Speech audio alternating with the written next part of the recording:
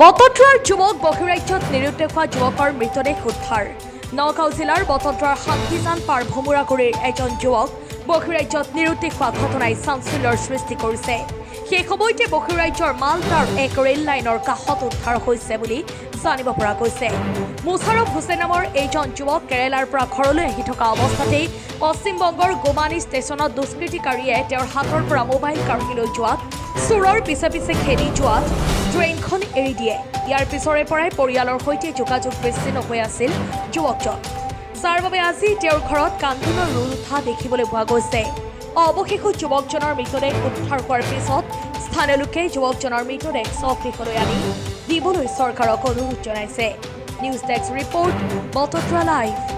দেখুৱা বুলি আপোনালোকে ইতিমধ্যে জনাইছিলে আমাক, আৰু যুৱকজন আজি উদ্ধাৰ হৈছে, আপুনি কি ক'ব? হয়, আমি সেইদিনা এটা নিউজ কৰিছিলোঁ ল'ৰাজন হেৰাইছে বুলি। ইতিমধ্যে আমি গম পালোঁ যে মালদা ষ্টেচন পোৱাৰ আগত ল'ৰাজন মৃত্যু অৱস্থাত পৰি আছে ট্ৰেইন ৰাস্তাত। কোনোবা দুৰ্বৃত্তই মোবাইল কাঢ়ি নিয়াৰ নামত তাক ঠেলি দিলে। ঠেলি দিয়াতে ট্ৰেইনৰ তলত পৰি মানুহজন মৃত্যু হৈছে বুলি আমি এতিয়ালৈকে খবৰ পাইছোঁ। তে আমি ভাবোঁ যে এইটো বিষয়লৈ অসম চৰকাৰে অলপ বস্তুটো তদন্ত কৰক, আৰু এই মৃত্যুজন মানুহজনক অলপ অৱস্থা বহুত বেয়া, তেখেতক ইয়াত অনাৰ কাৰণে অলপ সহায় সুযোগ কৰি দিয়ক।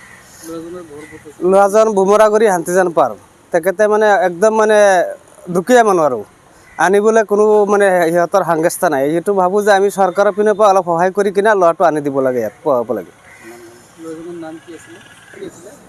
মুছাৰফ আলী। কিবা কৰ্মক্ষেত্ৰত গৈছিল, কামৰ ক্ষেত্ৰত কাম চাম নাপালে তেখেতে ঘূৰি আহিছিলে। ঘূৰি আহোঁতে মোবাইলটো তেখেতৰ কাঢ়ি নিছে আৰু ল'ৰাজনক ঠেলি দিয়া বুলি আমি গম পালোঁ।